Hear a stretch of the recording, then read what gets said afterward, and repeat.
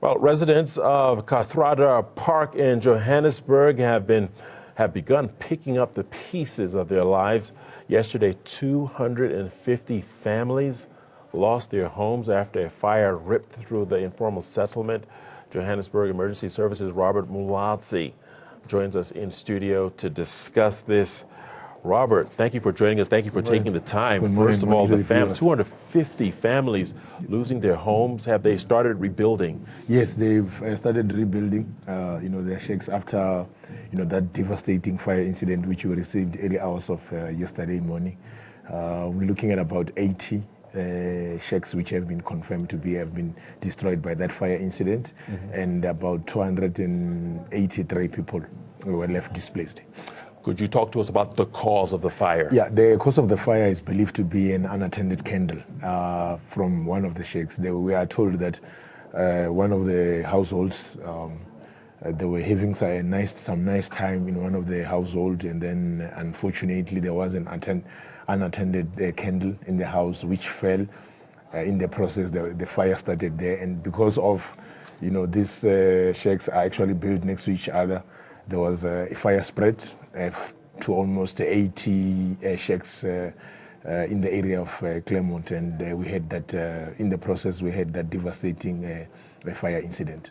Well, these fire incidents aren't new. It's something that has been recurring over and over and over again. Yes. Can you tell me why some of these communities don't have preventive measures in place in case these accidents happen? Yeah, most of these communities are mostly vulnerable to fire incidents. The reasons being that, firstly, they, where they are staying, mostly they're staying in areas where, they don't have proper, maybe, electricity and things like that. So most of them, they are using your traditional heating devices, things like your paraffin stoves. Most of these paraffin stoves, they are not regulated by the national regulator for compulsory specifications, meaning that they are not tested in terms of safety. Most of them, they explode. Our residents, they buy them on the streets. They're still using candles, which most of them, they use them safely. They're still using beer bottle and cold drink bottle as candle holders. In most of the cases, like we witnessed yesterday, you find out that when the candle gets heated, we have it actually fall, and then we'll have a fire incident.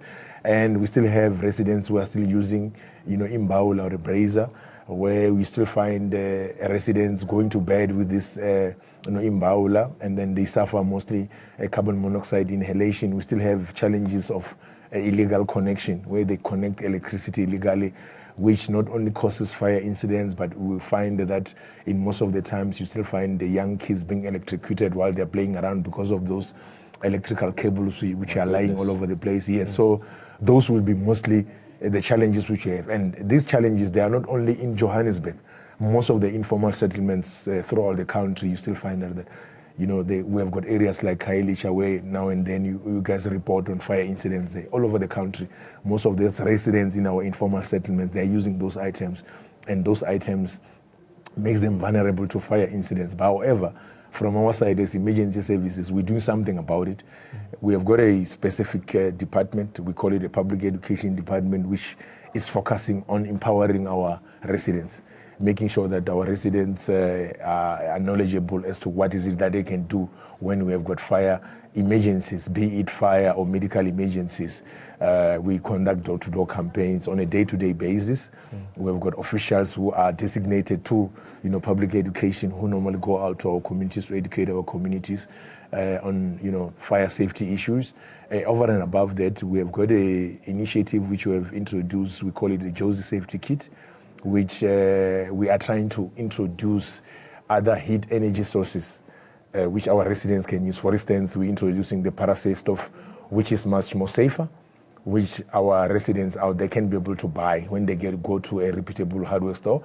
We're introducing some things like solar lantern lights, which are rechargeable. Instead of using a candle, they can use that light.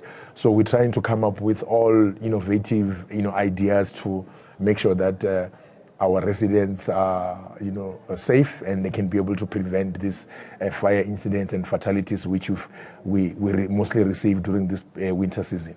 Do you see government as a helping hand, or do you feel they've turned a blind eye to the problems of informal settlements? Yeah, I think, up until we find ourselves in a situation where, we eradicate, I'm happy that in the city of Johannesburg, there's that process where of upgrading, the informal settlements to make sure that they're up to that level, to prevent fire incidents. So I think as long as our residents still find themselves in that environment, we'll always have, fire incidents like this one. Hence, from our side, we're saying, as long as they are there, wherever they are, we still have to make sure that they are empowered, they have, enough information to be able to deal with these emergencies.